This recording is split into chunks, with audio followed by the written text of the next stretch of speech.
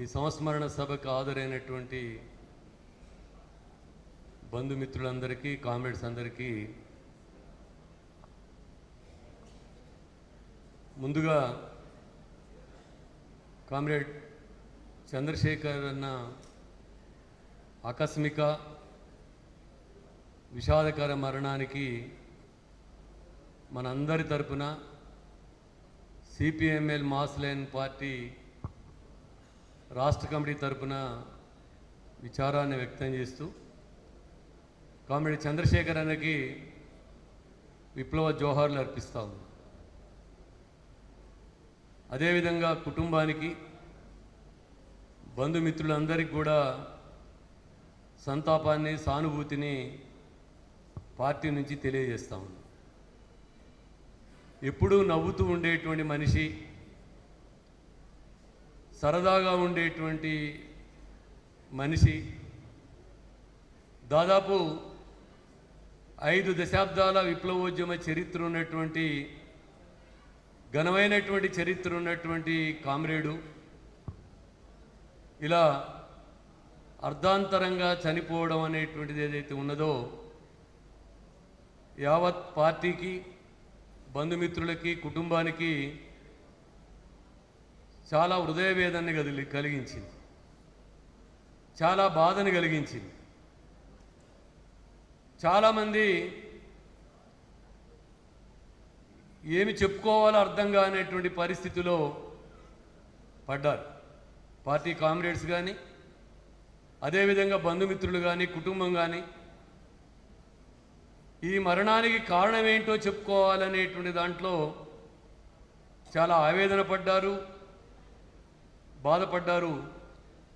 దాదాపు నాకు తెలిసి మన ముఖ్య నాయకత్వం అంతా, కుటుంబ సభ్యులంతా ఆ హృదయ విదారక దృశ్యం చూసిన తర్వాత దాదాపు 4-5 రోజులు రేత్రి ఎవరికి నిద్ర పట్టలేదు. ఎవరిని అడిగినా నిద్ర రావట్లేదు అని చెప్పారు. అంతా విషాదాన్ని గుండెల్లో అలుముకున్నటువంటి పరిస్థితి ఏర్పడింది. దీనికి అవకాశంగా తీసుకున్నటువంటి సహజంగానే ఉండేటువంటి రాజకీయ ప్రత్యర్థులు, లేదు కోపతాపాలు ఉన్నటువంటి వాళ్ళు చాలా రకాలుగా పార్టీని, ఇంకా ఇతర అనేక మందిని దూషించడానికి, బోన్లో నిలబెట్టడానికి అనేక మంది ప్రయత్నం చేశారు. ఎందుకంటే సహజంగానే ఈ మరణాన్ని గురించి చెప్పుకోవడం అనేటువంటిది కష్టసాధ్యమైంది కాబట్టి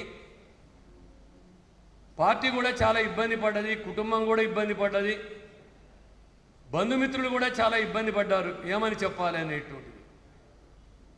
దీన్ని అవకాశంగా తీసుకున్నటువంటి కొద్దిమంది ఒక రాజకీయ అవకాశంగా మార్చుకోవడానికి ప్రయత్నం చేశారు. అయినప్పటికీ పార్టీ కామ్రేడ్స్, యావత్తు పార్టీ మొత్తం అందరికీ తెలిసినటువంటి విషయాలే కాబట్టి, అందరి కళ్ళ ముందే జరుగుతున్నటువంటి విషయాలు కాబట్టి అందరూ నిక్కచ్చిగా నిలబడి వాళ్ళకి సమాధానం చెప్పి, మీరు ఏ విచారణకైనా లేదు ఏ విధంగానైనటువంటి మీరు వివరాలు అడిగితే చెప్పడానికి అందరం సిద్ధంగా ఉన్నామని చెప్పిన తర్వాత వాళ్ళు మౌనం దాల్చారు. తాత్కాలికంగానైనా మౌనం దాల్చినటువంటి పరిస్థితి ఏర్పడింది. కామ్రేడ్ చంద్రశేఖర్ అన్న వాళ్ళ కుటుంబమే తెలంగాణ సాయుధ రైతాంగ పోరాటం దగ్గర నుంచి ఒక ముఖ్యమైనటువంటి కుటుంబం. వాళ్ళ పెదనాన్నగారైనటువంటి రాయల వెంకటనారాయణ గారు పిండిపోలు ప్రాంతంలో, ఈ మానుకోట తాలూకా అప్పుడిది, ఈ మానుకోట తాలూకాలో పిండిపోలు ప్రాంతంలోనే ఆనాడు రహస్య స్థావరాలు, అదేవిధంగానే ఆనాడు దళాలు తిరుగుతూ ఇక్కడ నుంచి పిండిపోలు ప్రాంతంలో దళాల నిర్మాణానికి, ట్రైనింగ్కి కేంద్రంగా ఉంది. ఇక్కడ నుంచి మానుకోట ప్రాంతానికి, బయ్యారం, ఇల్లెందు ప్రాంతాలకి, అదేవిధంగా ఆంధ్ర తెలంగాణ సరిహద్దుల్లో కమ్యూనికేషన్స్కి ఈ ప్రాంతం చాలా ముఖ్యమైనటువంటి ప్రాంతంగా ఉంది. ఈ ప్రాంతానికి నాయకుడు కామ్రేడ్ రాయల వెంకటనారాయణ గారు. రాయల వెంకటనారాయణ గారు 1935 నుంచే ఆ ప్రాంతంలో భూమి సమస్యల మీద పోరాటానికి, ఆ భూమి సమస్యలను తీసుకొని వాటిని సాధించడం కోసం చేసినటువంటి పోరాటంలో చాలా ముఖ్యమైనటువంటి పాత్రని పోషించాడు.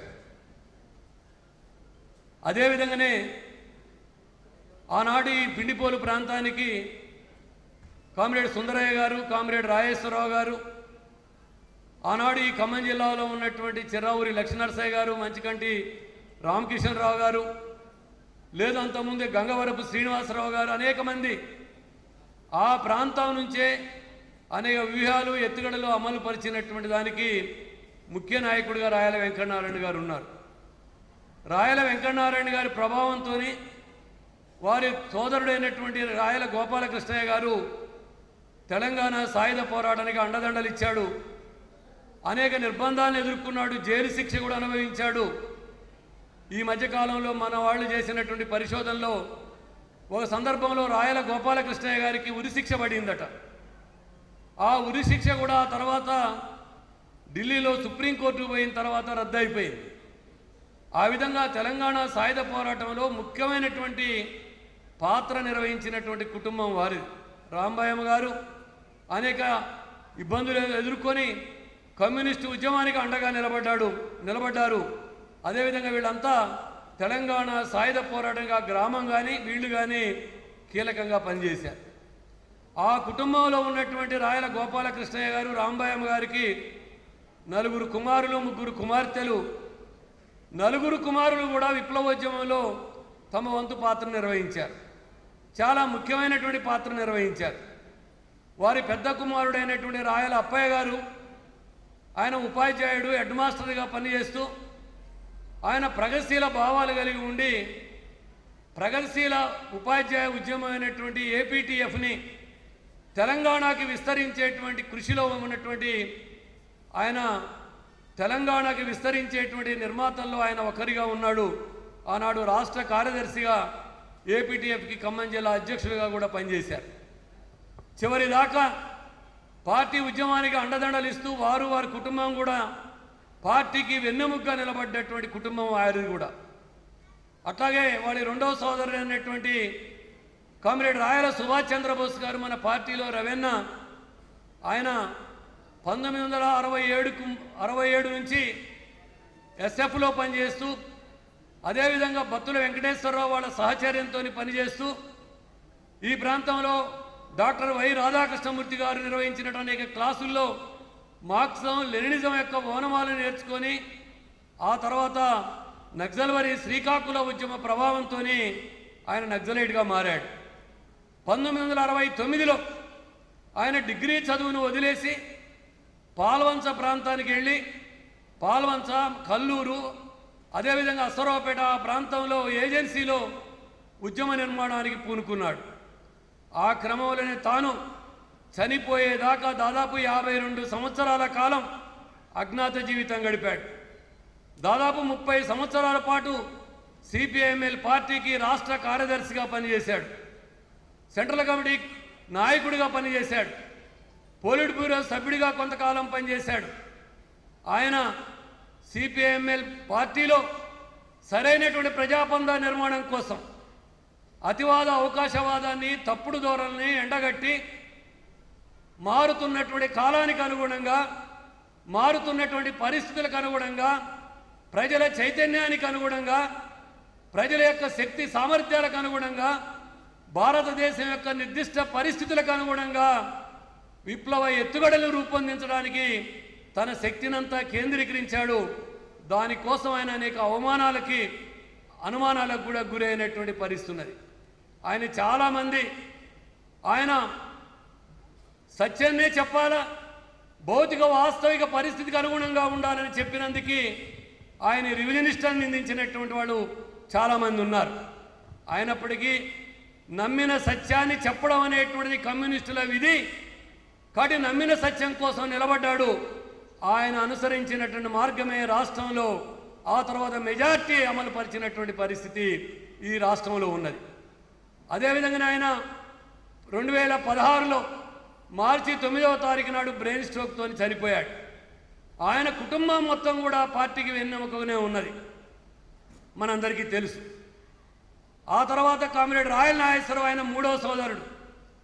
కామ్రేడ్ నాగేశ్వరరావు గారు గ్రామంలో ఉంటూ డివిజన్ నాయకుడిగా, మండల నాయకుడిగా పనిచేస్తూ ఆయన ఎంపీటీసీగా పనిచేశాడు, సర్పంచ్గా 2 దఫాలు పైగా పనిచేశాడు.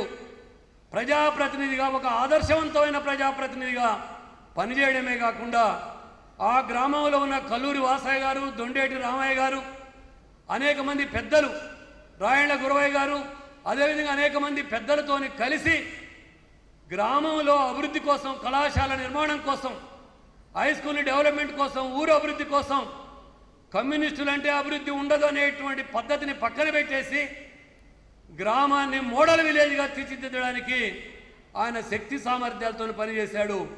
గ్రామంలో ప్రతి ఒక్కరి తలలో నాలుకలాగా ఒక మంచి ప్రజానాయకుడిగా నాగేశ్వరరావు గారు ఎదిగాడు.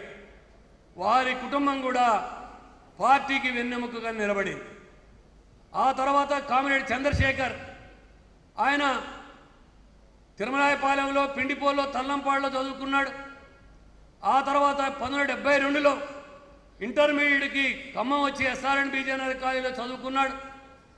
ఆ క్రమంలోనే 1973-74లో కళాశాల విద్యార్థి సంఘానికి ఎన్నికలు జరుగుతున్నటువంటి సందర్భంలో కళాశాలలో పిఎస్ఎఫ్గా ఉన్నటువంటి ఆనాటి పీడిఎస్సికి పూర్వం ఉన్నటువంటి విద్యార్థి సంఘం ఏదైతుందో దాంట్లో ముఖ్యమైనటువంటి పాత్ర పోషించాడు. ఆనాడు కళాశాలలో ఉన్నటువంటి ప్రిన్సిపాల్ మన సంఘాన్ని ఎన్నికల్లో పోటీ చేయకుండా ఉండడానికి కామ్రేడ్ వి కృష్ణమూర్తి గారిని ఎన్నికల్లో అధ్యక్షుడిగా పోటీ చేయకుండా కుట్రలు చేసి నివారించినటువంటి సందర్భంలో కామ్రేడ్ అకిన వెంకటేశ్వర్లు గారిని అధ్యక్షునిగా పెట్టి మాధవరెడ్డి గారిని కార్యదర్శిగా చేసి, అదేవిధంగా కామ్రేడ్ చంద్రశేఖర్ని సహాయ కార్యదర్శిగా కాలేజీ విద్యార్థి సంఘ ఎన్నికల్లో నిలబెట్టారు.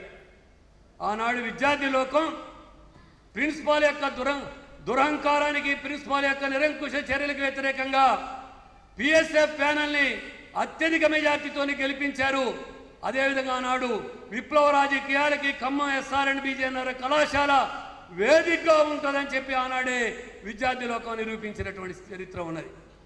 ఆ తర్వాత 1975 ఎమర్జెన్సీ విధించే నాటికి పీడిఎస్యు నాయకుడిగా చంద్రశేఖర్ అభివృద్ధి చెంది మొదటి మహాసభలో కోదాడు జనరల్ కౌన్సిల్లో కూడా పాల్గొని 1975 ఎమర్జెన్సీ విధించిన తర్వాత ఆయన కూడా రహస్య జీవితానికి వెళ్ళి అశ్వాపురం, మణుగూరు, సత్తుపల్లి, అశ్వరావుపేట, ఆ తర్వాత జంగారెడ్డిగూడెం ప్రాంతంలో దళాల్లో పనిచేశాడు. అనేక భూమి పోరాటాలు నిర్వహించారు. వెదురు కూపుల్లో ఆదివాసీల కూలీ రేట్ల పెంపుదల కోసం మిలిటెంట్ పోరాటాలు చేశారు. వ్యవసాయ కూలీల సమ్మెలు కట్టి జీతాలు పెంచుకోవడానికి ప్రయత్నం చేశారు, వేతనాలు పెంచుకోవడానికి, తూనికాకు రేట్లు పెంచడానికి ప్రయత్నం చేశారు. ఫారెస్ట్ అధికారుల యొక్క దౌర్జన్యాల్ని, ఆదివాసుల మీద జరుగుతున్నటువంటి దౌర్జన్యాల్ని అరికట్టడానికి పార్టీ నేతృత్వంలో కామ్రేడ్ చంద్రశేఖర్ కూడా తన వంతు కృషి చేశాడు. 1977 ఎమర్జెన్సీ తర్వాత బయటికి వచ్చి పార్టీ నిర్ణయం ప్రకారం రైతు కూలీ సంఘంలో పనిచేయడం ప్రారంభించారు. 1979లో ఆనాటికే పార్టీలో కార్యకర్తగా పనిచేస్తున్నటువంటి కామ్రేడ్ విమలక్కని 1979లో వివాహం చేసుకున్నారు. ఆ రోజు నుంచి రైతు కూలీ సంఘం నాయకుడిగా, రైతు కూలీ సంఘం రాష్ట్ర సహాయ కార్యదర్శిగా, రైతు కూలీ సంఘం రాష్ట్ర ఉపాధ్యక్షుడిగా పనిచేశాడు. ఆ క్రమంలోనే వరంగల్ జిల్లాలో కొంతకాలం, ఇల్లెందు ప్రాంతంలో కొంతకాలం, హైదరాబాద్లో కొంతకాలం పార్టీ నిర్ణయం మేరకు అనేక ప్రాంతాల్లో పోయి పనిచేశాడు. ఆ ఉద్యమ నిర్మాణాల్లో కీలకంగా పనిచేశాడు. అనేక నిర్బంధాల్ని, అనేక దాడుల్ని, శత్రువుల యొక్క బెదిరింపుల్ని కూడా ఎదుర్కొని పార్టీని నిలబెట్టడంలో ఆయన కృషి కూడా అమోఘమైంది, కృషి చేశాడు. ఈ క్రమంలోనే 1996లో జూన్ 23వ తారీఖు నాడు కామ్రేడ్ ఎల్లన్న ఎన్కౌంటర్ జరిగింది. ఇల్లెందు ప్రాంతానికి ఓ ముఖ్యమైనటువంటి వెన్నుపూసలాగా ఉన్నటువంటి నాయకుడు ఎల్లన్న ఎన్కౌంటర్లో అమరుడైన తర్వాత ఆ ప్రాంతంలో ఉన్నటువంటి దళాల్ని కాపాడుకోవడానికి, ప్రజా ఉద్యమాన్ని కాపాడుకోవడానికి ఆనాడు అవసరమైన నేపథ్యంలో పార్టీ నిర్ణయం మేరకి 1996 నుంచి 2009 వరకు ఇల్లెందు ప్రాంతంలో ఏజెన్సీ ప్రాంతంలో పొలిటికల్ ఏజెన్సీ ఆర్గనైజేషన్కి పొలిటికల్ సలహాదారుడుగా లీడర్గా కామ్రేడ్ చంద్రశేఖర్ పనిచేశాడు. 2009 తర్వాత తనే కొంత సొంత నిర్ణయం తీసుకొని కోర్టుకి సరెండర్ అయిన తర్వాత పార్టీలో అనేక చర్చలు ప్రారంభమై ఆయన మీద కొన్ని ఒక 6 నెలల పాటు చర్య తీసుకున్న తర్వాత ఆ తర్వాత ఆయన తిరిగి రైతు కూలీ సంఘంలో పనిచేయడం, ఆ క్రమంలోనే 2015 తర్వాత తను ఇల్లెందు ప్రాంతానికి రావద్దని ఆంక్షలు పెట్టిన నేపథ్యంలో పార్టీ రాష్ట్ర కమిటీ అంతా ఆయనకి ఎన్నుదన్నుగా నిలబడింది. చంద్రశేఖర్ ఆ ప్రాంత ఉద్యమంలో ఒక కీలకమైన నాయకుడు, ఆయన కమిటీలో ఉంచాలని చెప్పి రాష్ట్ర కమిటీ కామ్రేడు రవీణ దగ్గర నుంచి అంత రాష్ట్ర కమిటీ అంతా తన కృషి ఆ ప్రాంతానికి అవసరం అని చెప్పి అనేక పోరాటాలు కూడా చేసింది, ఆయనకి ధైర్యం ఇచ్చి నిలబెట్టింది. ఈ క్రమంలోనే ఆయన ఇల్లెందు ప్రాంతంలో ఉద్యమం ఎదుర్కొంటున్నటువంటి పరిస్థితులు లేదు, మొత్తం పార్టీ మారుతున్న రాజకీయాలు, మారుతున్న దేశ పరిస్థితులు, సమాజంలో పెరిగినటువంటి వాతావరణం, వీటన్నిటి రీత్యా మనం సిపిఎంఎల్ ప్రజాపందాన్ని ఏర్పాటు చేసుకోవాలా, సరైన కార్యక్రమాన్ని పందాన్ని రూపొందించుకోవాలి అనేటువంటి దానిలో ఆయనే మా అందరి మీద ఒత్తిడి పెంచి సిపిఎంఎల్ ప్రజాపందాన్ని ఏర్పాటు చేసుకోవడానికి కామ్రేడ్ డివికే గారితో కలిసి సిపిఎంఎల్ ప్రజాపందా ఏర్పాటులో ఆయన ముఖ్యమైనటువంటి పాత్ర నిర్వహించాడు. ఆ మేరకి రాష్ట్రంలో మెజార్టీ శ్రేణులు సిపిఎంఎల్ ప్రజాపందా రాజకీయాల వెనక ఏ మార్పులైతే వచ్చినాయని దేశంలో భావించామో ఈ మార్పుల్ని సూటిగా చెప్పి అందరికి అర్థం చేయించి పార్టీని నిలిపి పార్టీ నడుపుకోవడానికి ప్రయత్నం చేస్తున్నటువంటి పరిస్థితి ఉన్నది. అందుకే వీటన్నిటిలో ఆ తర్వాత ఆయన రైతు సంఘం ఏర్పాటు చేసిన అఖిల భారత ప్రగతిశీల రైతు సంఘం ఏర్పాటు చేసినాం, దానికి రాష్ట్ర అధ్యక్షుడిగా ఉన్నాడు. పార్టీ రాష్ట్ర కార్యదర్శి వర్గ సభ్యుడిగా ఉన్నాడు అత్యున్నత కమిటీ. ఇటీవలే జరిగినటువంటి 3 పార్టీల విలీనంలో ఆయన కేంద్ర కంట్రోల్ కమిషన్ చైర్మన్గా కేంద్ర కమిటీ ఎక్సాఫీషియల్ సభ్యుడిగా ఉన్నాడు. అదేవిధంగానే ఆల్ ఇండియా స్థాయిలో మన రైతు సంఘాన్ని ఏర్పాటు చేయాలనే కమిటీ వేస్తే ఆ సబ్ కమిటీకి కన్వీనర్గా ఉన్నాడు. అత్యంత ముఖ్యమైనటువంటి బాధ్యతలు నిర్వహిస్తున్నటువంటి క్రమంలోనే, నిర్వహించాల్సి ఉన్నటువంటి క్రమంలోనే తాను ఏదో ఆవేదనకు గురై ఈ విధంగా అర్ధాంతరంగా తనకి తాను మరణాన్ని కొని తెచ్చుకోవడం అనేటువంటిది పార్టీకి చాలా తీరని గాయమైంది, కుటుంబానికి కూడా అంతకంటే ఎక్కువ తీవ్ర గాయమైంది. అదేవిధంగా బంధుమిత్రులకు కూడా తీరని విషాదాన్ని, శోకాన్ని మిగిల్చింది అనేటువంటిది మనందరం అర్థం చేసుకోవాలి. అయితే కామ్రేడ్ చంద్రశేఖర్ అన్న కొంతకాలం నుంచి సంఘర్షణ పడుతున్నటువంటి స్థితి ఉన్నది. ఆ సంఘర్షణకి చాలామంది చాలా రకాల అభిప్రాయాలు అనుకుంటున్నారు. ఏమి లేదు, ఏం సంఘర్షణ, ఉద్యమాన్ని ముందు తీసుకుపోవడానికి తన కృషిని ఇంకా సరిగ్గా చేయలేకపోతున్నాను, తగినంత శ్రద్ధ పెట్టలేకపోతున్నాను అనేటువంటి ఆందోళన చెందాడు. దానికి కొన్ని వ్యక్తిగతంగా ఆయన ఎదుర్కొంటున్నటువంటి కారణాలు ఉన్నాయి. దాన్ని పరిష్కరించలేనటువంటి పరిస్థితి ఆయనకి ఏర్పడింది. పార్టీ కూడా అనేక సందర్భాలు ఆయనతో మాట్లాడింది. మనం ఆ సమస్యను అధిగమించి ముందుకు పోవాల్సినటువంటి అవసరం ఉందన్నది. ఇదే తప్ప పార్టీకి ఆయనకి ఎలాంటి విభేదాలు లేవు, రాజకీయాల విభేదాలు లేవు, సిద్ధాంతాల విభేదం లేదు. 30 సంవత్సరాలుగా ప్రతి విషయంలో పార్టీ ఎదుర్కొన్న ప్రతి సంక్షోభంలో కామ్రేడ్ రవీణ నుంచి చంద్రశేఖరన్ దగ్గర నుంచి మా దాకా ఏక బిగిన నిలబడ్డాం తప్ప అణువంతా కూడా మా మధ్య అభిప్రాయ భేదాలు లేవు. ఇది కామ్రేడ్స్ అందరూ కూడా అర్థం చేసుకోవాల్సినటువంటి అవసరం ఉన్నది. చివరిగా నేను చెప్పదలుచుకున్నది ఏమిటంటే, మొన్న 16, 17 తేదీల్లో రాష్ట్ర కమిటీ సమావేశం ఖమ్మంలోనే జరిగింది. 32 మంది హాజరయ్యారు. ఈ రాష్ట్ర కమిటీ సమావేశాన్ని జూలై 5వ తారీఖు నాడే హైదరాబాద్లో సెక్రటేరియట్ సమావేశమై ఈ తేదీలు నిర్ణయించుకున్నాం, అందరం కలిసే నిర్ణయించుకున్నాం. అప్పుడు ఆయన తన 9వ తారీఖు ఢిల్లీ పోతున్నాను, ఆడ సంయుక్త కిసాన్ మోర్చా మీటింగ్ ఉన్నది. ఆ తర్వాత 10, 11లో మన ఆల్ ఇండియా కన్వీనింగ్ కమిటీ సమావేశం ఉన్నది. నిన్ను 12వ తారీఖు 13వ తారీఖు వస్తాను, 2 రోజులు గ్యాప్ ఇచ్చి 16వ తారీఖు పెడదామని తనే కోరితే 16, 17 తేదీల్లో సమావేశాన్ని ఏర్పాటు చేశాం. 13, 14 తేదీల్లో మదర్లో పివైఎల్ మహాసభలు జరిగినాయి. ఆ తర్వాత 16, 17 తేదీల్లో రాష్ట్ర కమిటీ సమావేశం జరిగింది. మొదటి రోజు అయ్యాడు, జలుబు చేసింది, ఆయనకి దగ్గుతున్నాడు, ఢిల్లీ పోయినా సర్ది చేసిందని చెప్పాడు.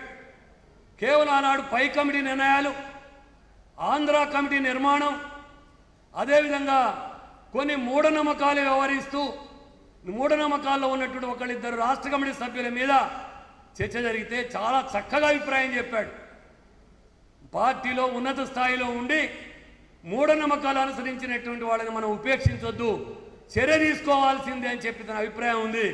మీ అందరికి కావాల్సింటే మినిట్స్ జీరాక్స్ కూడా తీసుకొచ్చి చెప్పి ఆయన చక్కగా అభిప్రాయం చెప్పాడు. ఎవరైనా ఎప్పుడైనా ఎక్కడైనా చూసుకోవచ్చు, ఎలాంటి వివాదమైన చర్చ పార్టీలో లేదు. ఆంధ్ర నిర్మాణం మీద చెప్పాడు. అదేవిధంగా మూఢనమ్మకాలు మన రాష్ట్ర కమిటీ సభ్యులే ఏమాత్రం అనుసరించినా కింద స్థాయి ఇంకెక్కువ అయిపోతాయి, కాబట్టి మనం వాటిని ఉపేక్షించకుండా చర్య తీసుకోవాలని చెప్పాడు. అట్లా రాష్ట్ర కమిటీ అత్యధిక మెజార్టీ మొత్తం ఏకగ్రీవంగా ఏదో గ్రామ దేవతలకు పూజలు చేసినటువంటి వాళ్ళ మీద 6 నెలలు సస్పెండ్ ఒక్కడు చేస్తే 6 నెలలు సస్పెండ్ చేస్తూ తీర్మానం చేసింది. ఇది జరిగింది.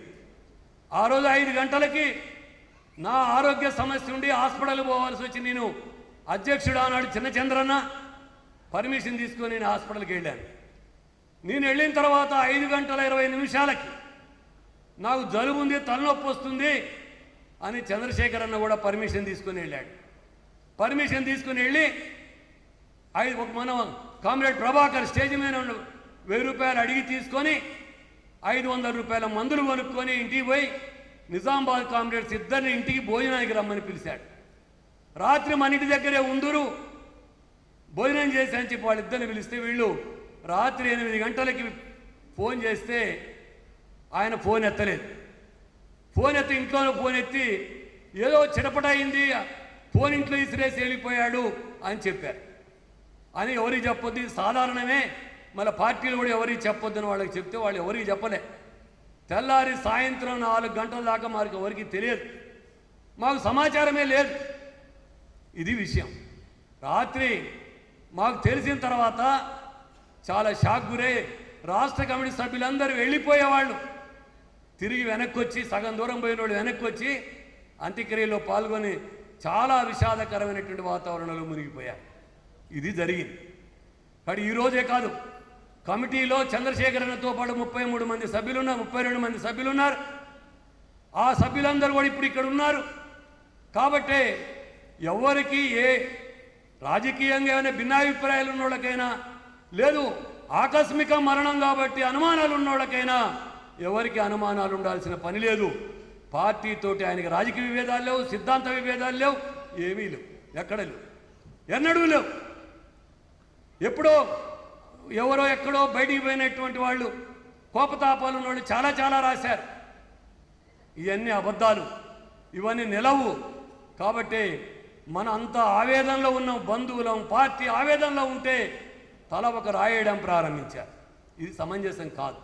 కాబట్టి ఇది మనందరం జరిగినటువంటి పరిణామాన్ని అందరూ సావధానంగా అర్థం చేసుకొని హృదయ భారాన్ని దిగమింగుకొని కాస్త మనం ఆలోచన చేసి ఎవరికైనా ఇలాంటి బాధ వస్తే దాన్ని అధిగమించడానికి ఏం ప్రయత్నం చేయాలో పార్టీ కానీ, బంధువులు కానీ, మిత్రులు కానీ, కుటుంబం కానీ అందరం ఆలోచించాల్సినటువంటి అవసరం ఉంది అనేటువంటిది మీ అందరినీ కోరుతా ఉన్నాం. ఇదే సందర్భంలో మరొక విషయం చెప్పదలుచుకున్నాను. కమ్యూనిస్టులు పోరాటవాదులు, కమ్యూనిస్టులు సమస్యల్ని ఢీకొనేటువంటి వాళ్ళు. కమ్యూనిస్టులు అంటే ఉన్న వ్యవస్థలో అడ్జస్ట్ అయి బతికేటువంటి వాళ్ళు కాదు. కమ్యూనిస్టులు దోపిడీ సమాజాన్ని కూకటి వేళ్లతో పెకిలించి సమసమాజాన్ని నిర్మించుకొని అనుకునేవాడు. దోపిడీ వర్గం యొక్క సైన్యాన్ని, పోలీసుని, యంత్రాంగాన్ని, జైళ్ళని, కోర్టుల్ని తృణప్రాయంగా తృణీకరించేటువంటి వాడు. వాటన్నిటిని లెక్క చేయకుండా ఆశ కోసం, ఆశయాల కోసం, లక్ష్యాల కోసం నిలబడేటువంటి వాళ్ళు కమ్యూనిస్టులు. కాబట్టి ఏ సమస్యనైనా ధైర్యంగా ఎదుర్కోగలిగినటువంటి శక్తి, చావ కమ్యూనిస్టులకు ఉంది, చంద్రశేఖర్ కూడా అది ఉంది, కామ్రేడ్ చంద్రశేఖర్ కూడా అది ఉంది.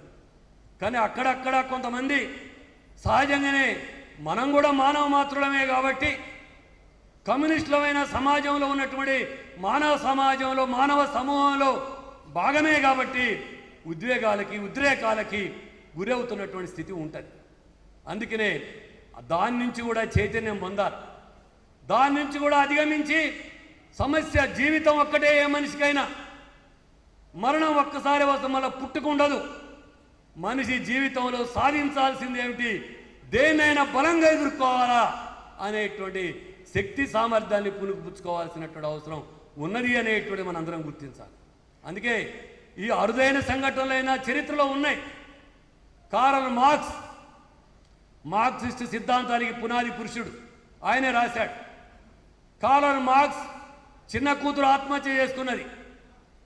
కార్ల్ మార్క్స్ రెండవ కూతురు లారా అనే ఆమె లాఫార్గ్ అని ఒక డాక్టర్ని పెళ్లి చేసుకున్నది. ఫ్రాన్స్కి చెందినటువంటి లాఫార్గ్ అనే డాక్టర్ని పెళ్లి చేసుకున్నది. వాళ్ళిద్దరు కూడా కార్మిక వర్గ ఉద్యమాల్లో పాల్గొన్నారు. వాళ్ళిద్దరు కూడా కమ్యూనిస్టు ఉద్యమంలో పాల్గొన్నారు. మార్క్స్ రాసే చిత్తుప్రతులన్నింటినీ ఫేర్ చేశారు. చివరి దాకా మార్క్స్ సిద్ధాంతాన్ని ప్రచారం చేయడానికి పూనుకున్నారు. 70 ఏళ్ల వయసు వచ్చిన తర్వాత, వాళ్ళ ఆర్థిక పరిస్థితి దిగజారిపోయిన తర్వాత, వాళ్ళ దగ్గర వాళ్ళ తల్లి నుంచి వచ్చిన సంపాదన, ఇతర ఎంగెల్స్ ఇచ్చిన సంపాదన అంతా కూడా ఖర్చు అయిపోయిన తర్వాత ఆ డాక్టర్కి ఏమనిపించిందో ఆమెకి ఏమనిపించిందో కానీ భార్యకి లారాకి సైనైడ్ ఇంజెక్షన్ ఇచ్చి చంపేసి తాను చచ్చిపోయాడు. లాఫార్గ్ ఇద్దరు దంపతులు చనిపోయారు. మార్క్స్ అల్లుడు బిడ్డ. 1912లో ఇది జరిగింది.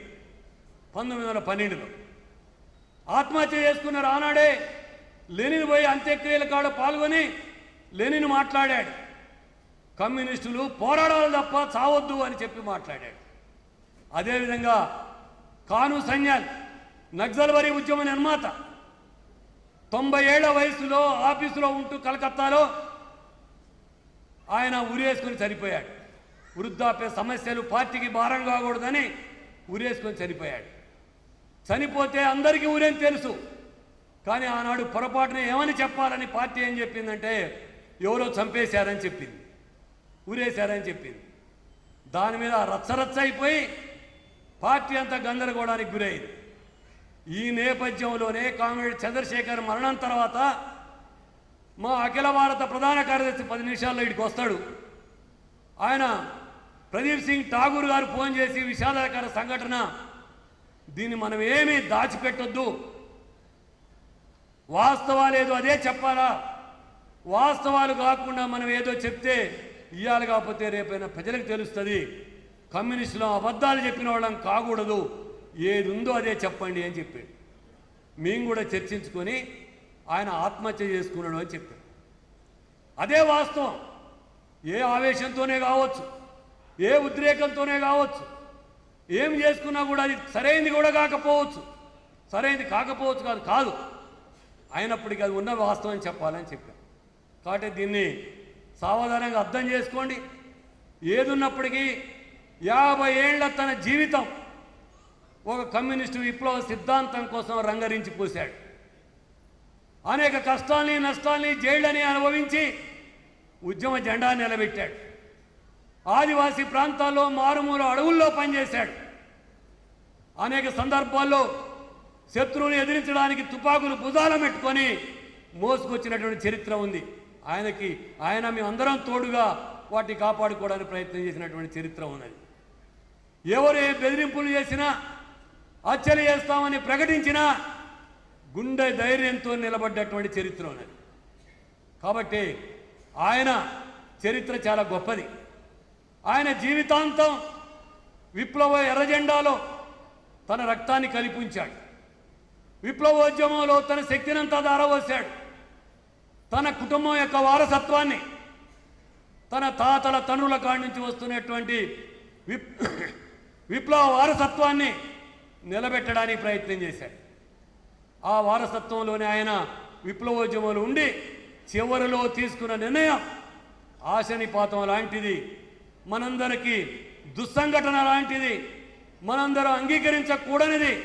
కాబట్టి హృదయ వేదన నుంచి కుటుంబం శోకిస్తుంది, బంధువులు శోకిస్తున్నారు, పార్టీ శోకిస్తుంది, నలుగురిలో కలవడానికి కూడా మనసొప్పక అనేక రకాల ఈతి బాధలకు ఇబ్బందులకు గురవుతున్నటువంటి స్థితి ఉన్నది. కాబట్టి కామ్రేడ్స్ అందరూ ఈ కష్ట సమయంలో, ఈ క్లిష్ట సమయంలో, ఈ ఇబ్బందికర సమయంలో పార్టీకి, కుటుంబానికి, బంధువులకి మనందరం తోడ్పాటునివ్వాలని చెప్పి కోరుతా ఉన్నాం. ఇదే సందర్భంగా చివరిగా ఒక మాట చెప్పదలుచుకున్నాం. ఈ దేశంలో కమ్యూనిస్టులకి కలిసి రాని కాలం ఇది, కష్టకాలం ఇది. కమ్యూనిస్టులకి మతోన్మాదం పెసరిల్లిపోతా ఉన్నది. ఫ్యాసిజం అనేది దేశం మీదకి విషపు పాములాగా, వేయి పడగల విషపు నాగరాజులాగా బుసకొడుతూ ఉన్నది. మేధావుల్ని, పౌర హక్కుల వాడని, ప్రజాస్వామికవాదుల్ని, రచయితల్ని, జర్నలిస్టుల్ని నిర్దాక్షిణ్యంగా నిర్బంధించి సంవత్సరాల తరబడి జైళ్లలో పెడతా ఉన్నది. మతోన్మాదం స్వైర్యవారం చేస్తూ ఉన్నది, ప్రజల్ని వధిస్తూ ఉన్నది. మధ్య తరగతిలో సెంటిమెంట్ రెచ్చగొట్టి, మత సెంటిమెంట్ అని, కుల సెంటిమెంట్లని రెచ్చగొట్టి ఇవాళ మతోన్మాదం తనకి భూమికి ఏర్పాటు చేసుకుంటున్నది. జర్మనీలో జాతి దురంకారాన్ని, యూదు దురంకారాన్ని ఎట్లయితే హిట్లర్ రెచ్చగొట్టాడో, జర్మనీ దురంకారాన్ని ఎట్లయితే రెచ్చగొట్టి జర్మనీలో అధికారంలో వచ్చాడో, భారతదేశంలో మోడీ, బీజేపీ కూడా అంత దురంకారాన్ని, ఉన్మాదాన్ని, విషాన్ని చిమ్మరించి ఈ దేశాన్ని విషపూరితం చేస్తున్నటువంటి స్థితి ఉన్నది. కాబట్టి ఈ దేశంలో సర్వమతాలు ఉన్నాయి, అనేక కులాలు ఉన్నాయి. ఈ దేశంలో సర్వమత సహనం ఉన్నది. ఈ దేశం అనేటువంటి దాంట్లో ఈశ్వర అల్లా తేరే నామ్ సబ్కో సన్మతి దే భగవాన్, ఎవరి ఇష్టమైన భగవంతుడు వాళ్ళు పూజించే హక్కు ఉన్నది. భగవంతుడి మీద నమ్మకం లేకపోతే అంగీకరించనేటువంటి స్థితి కూడా ఉన్నది, వాళ్ళు ఇష్టం వచ్చినట్టు వ్యవహరించేటువంటి స్థితి కూడా ఉన్నది. ఇలాంటి దేశంలో ఇయ్యాల మతోన్మాద రాజ్యాన్ని నిర్మించడానికి ప్రయత్నం చేస్తున్నటువంటి స్థితి ఉన్నది. ఇలాంటి స్థితిలో ఈయన కమ్యూనిస్టుల మీద దాడి పెరిగింది. కమ్యూనిస్టుల్ని ధ్వంసం చేయాలనేటువంటి పద్ధతి పెరుగుతూ ఉన్నది. ఈ మతోన్మాదానికి శత్రువులు ఎవరు? 3 శత్రువులు ఎంచుకున్నారు. వాడు 100 సంవత్సరాల నుంచి 3 శత్రువులు ఎంచుకున్నారు. ముస్లింలు, క్రిస్టియన్లు, కమ్యూనిస్టులు. 3 వాళ్ళకి శత్రువులు ఈ దేశం నుంచి ధ్వంసం చేయాలని ఎంచుకున్నారు. అందులో భాగంగానే ఇలా కమ్యూనిస్టుల మీద దాడి జరుగుతూ ఉంది.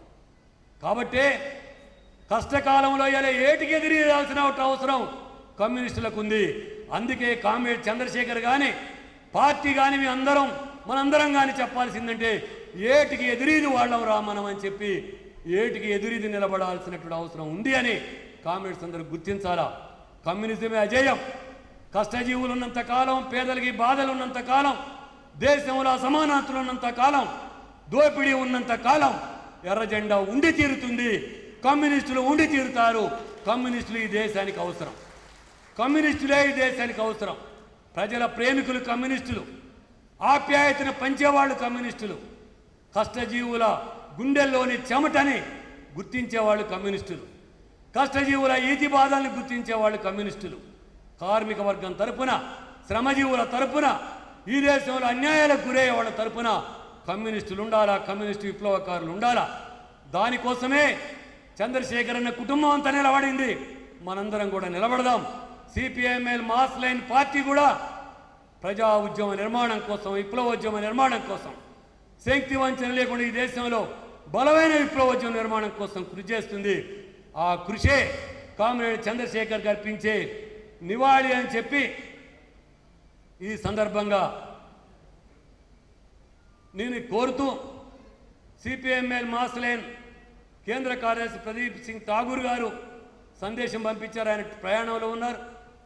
అట్లాగే సిపిఐఎంఎల్ న్యూ డెమోక్రసీ మా పాత పార్టీ కేంద్ర కార్యదర్శి యతీంద్ర కుమార్ గారు పంపించారు. జోహార్లు చెప్తూ, సంతాపం తెలియజేస్తూ, అట్లాగే వడ్డే శోభనాద్రీశ్వరరావు గారు ఆంధ్రప్రదేశ్ రైతు సంఘం సమన్వయ సమితి కన్వీనర్, సంయుక్త కిసాన్ మోర్చాలో భాగమైనటువంటి వడ్డే శోభనాద్రీశ్వరరావు గారు ఆరోగ్యం బాగలేక రాలేకపోతున్నా నా జోహార్లు చెప్పండి అని చెప్పి సందేశం పంపించారు. అదేవిధంగా సిపిఐఎంఎల్ కేంద్ర కార్యదర్శి కామ్రేడ్ విశ్వం గారు జోహార్లు చెప్తూ సందేశం పంపించారు. అట్లాగే ఎంసీపీఐ రాష్ట్ర కార్యదర్శి గాలగోని రవి గారు కూడా సందేశం పంపించారు. అట్లాగే ఆల్ ఇండియా సంయుక్త కిసాన్ మోర్చా రాష్ట్ర కమిటీ తరపున వారు సందేశం పంపించారు. అట్లా అఖిల భారత రైతు కూలీ సంఘం తరపున ఆల్ ఇండియా అధ్యక్ష కార్యదర్శులు కామ్రేడ్ వేములపల్లి వెంకటరామయ్య గారు, ఆశీష్ మిట్టల్ గారు ఇద్దరు కూడా సందేశం పంపించారు. ఈ విధంగా అనేక మంది కామ్రేడ్ చంద్రశేఖర్ యొక్క కృషిని కొనియాడుతూ ఆయనకి జోహార్లు అర్పిస్తూ ఆయన ఆశయం నెరవేరాలని చెప్తూ ఆయన రైతు సంఘాల్లో చేసిన కృషిని, పార్టీలో చేసిన కృషిని కొనియాడుతూ అందరూ చివరి మరణానికే దుఃఖించేది, బాధించేది మరణం ఎవరికైనా సహజమే. జాతస్య ధ్రువం మరణం అన్నట్టు పుట్టిన ప్రతి జీవి చనిపోక తప్పదు. చావుకి ఎవరు తప్పించుకోలేరు. కానీ చావు కంటే బతకని మనం బతుకుని కౌగలించుకోవాలి. చావు సహజంగా వస్తుంది. ఆ చావుని ఎదుర్కోవడానికి నిలబడటం అనేటువంటిది మన ఎంతవరకు సాధ్యమైతే అంతవరకు నిలబడాలి.